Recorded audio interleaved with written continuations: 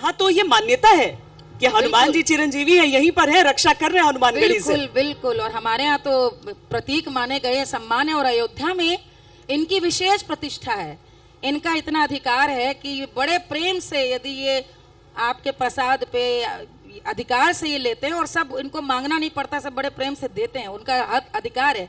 और यही मानते हैं कि एक तरह से प्रतीकात्मक रूप से हमने ईश्वर को ही सम्मान दे करके उनको प्रसाद चढ़ाया, भोग लगाया। और काशी में तो राम कथा में बकायदा बैठते हैं सुनने के लिए। नहीं, ये भी देखिए, अभी मतलब संगीत सुन करके एकदम पूरी बाउंड्री में आकर के खड़े हो गए। अयोध्या नगरी को जिस तरीके से सजाया गया है, मुझे लगता है कि एक तो होता है जो प्रशासन जो अपनी तरफ से कर रहा है, और दूसरा लोग हैं वो ऐसे उत्सव मना रहे हैं जैसे लग रहा है कि अपने ही घर में कोई समारोह है। देखिए, होना भी चाहिए। जो मैंने पहले ही कहा कि राम तो चित्त में विराजते हैं, हम सबके हृदय में हृदय बसैया कहे गए हैं कौशल नरेश।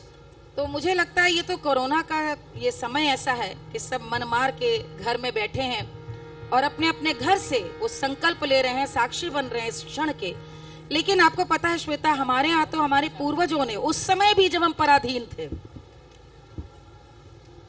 अनंत काल से हमारे यहाँ शिशु का जन्म हो, त्रेता युग के बाद से ही तो शिशु के जन्म में राम के सोहर गाए जाते थे, बधाई राम की गाई जाती थी।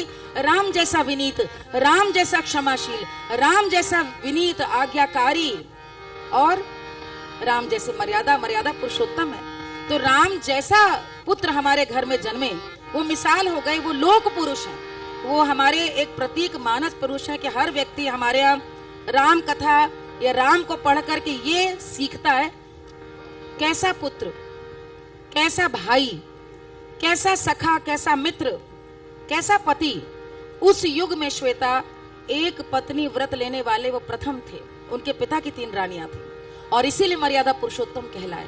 उसके बाद कैसे उद्धारक और कैसे व्यवस्थापक 14 वर्ष वनवास में वो सबको सुशिक्षित करते हैं, आत्मनिर्भर बनाते हैं, पूरे वन्य समाज में भ्रमण करके उनको सक्षम बनाते हैं, और फिर उसके बाद युद्ध भी करते हैं। तो कैसा शत्रु, तो एक योद्धा कैसा, वो भी दिखाते हैं। रणनीति देखिए कि पूरा समुद्र में जाकर के बांध उन्होंने बना दिया, शिव को साध लिया, देवी को साध लिया। तो इसलिए मुझे लगता है, जो आपने सवाल पूछा कि लोगों के मन में इस समय क्या चल रहा है, मुझे लगता है हमारे यहाँ तो बहुत पहले से हम अपने घर के शिशु के आगमन में मान लेते हैं राम आ गए।